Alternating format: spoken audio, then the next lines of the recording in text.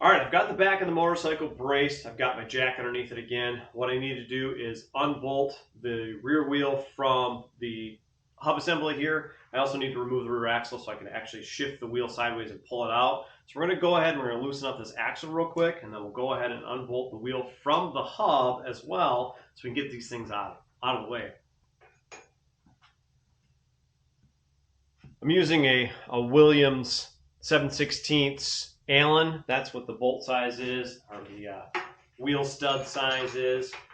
I picked one of these up quite a few years ago, and it's been really nice to have. I know Harley makes a tool for that, but I don't have it. And this was a good one. It's not made in America, but it is guaranteed for life. What I want to do is I want to go ahead and loosen this up. I'm going to jack it up just a little bit further so I can actually rotate the wheel. And of course, the wheel is still bolted to the rear brake here, so nothing's really going to move. I'll have to pull my spacer here in a second. What I'm going to do is I'm going to go ahead and take all of the wheel lugs off so I can get the wheel out.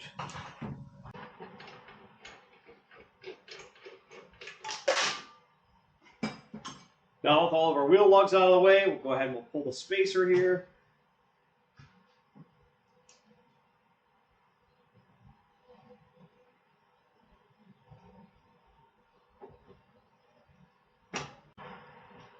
All right, now that we got the wheel out of the way, we can go ahead and pull our drum here.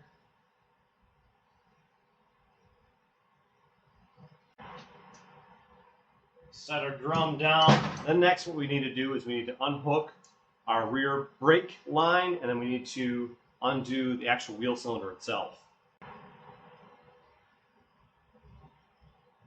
All right, got a rear brake line out of the way. Now we need to go ahead and loosen up the wheel cylinder itself. Wheel cylinder bolts are 7/16. Our brake shoes out of the way. We've got our new wheel cylinder put in place. Of course, your bleeder goes up. Again, we're going to want to push these shoes apart. Since we're replacing things, I'm actually going to bolt in the wheel cylinder here, and I've got a new set of shoes. I'm going to replace these. The wider shoe here, this goes in the front. The skinnier shoe, see the difference? This one has a little bit of an edge. This one goes on the rear. This is your leading shoe. This is your trailing shoe. This is how they go. So there's a little spring hole in the bottom here that goes in the bottom. This is where your wheel cylinder presses against. So they'll go in just like this. And these are nice replacement parts. These ones aren't worn bad, but they are covered in wheel grease.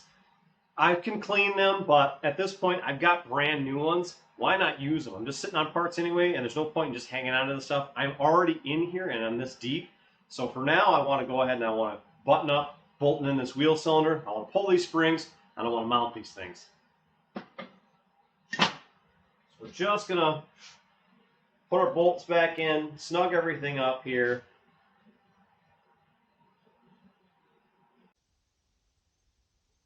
All right, we've got our new shoes buttoned up on here. As you can see, they look really nice in there.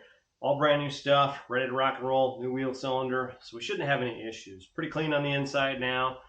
The rear drum is in good shape too. I'll wipe that down one more time with some brake clean just to get that buttoned up, and then we'll put this thing back together. One of the things I should show you is the adjustment of the shoes themselves. There's a cam system in here. You probably saw on the other side, there's a couple clips, and then there's a couple round bars. Those are cammed, and they kind of are on a, I don't know what you want to call it, elliptical orbit, essentially. So they do push out or in, and that's how you adjust this thing. Now, this is pretty tight right now. It doesn't turn real well. So it takes a 3/8 inch wrench, and you start with your leading shoe, so your front shoe first. And in order to loosen it, you're actually going to go clockwise. So right loosens this. And I know that you should have a square wrench for this. I know that this is not the right one for it, but this is what I've got. So we're going to turn this just a little bit. And I don't have a wheel on this either, so there's something else to think about. Now see how this is turning now? We'll adjust this all up once we get the wheel on. Nothing's going to be finalized yet. I need to put a chain on this thing. I need to put the wheel back on it. I need to get everything kind of set and synced. That way I can get everything square. But for now, it'll roll around nicely. You can hear it drag a little bit. You want a little less than that, but you want it smooth enough to where it'll actually roll and stop. So right now we've got it set the way I want it for now, and again, I'll adjust this later. But I wanted to give you a quick little tutorial. It's these two square studs here. Like I said, on the other side, there's a round stud, and they're kind of on a, almost like an elliptical or an egg-shaped or whatnot. So what they do is they cam outwards, and they push those shoes away because that's where the shoes actually hit against.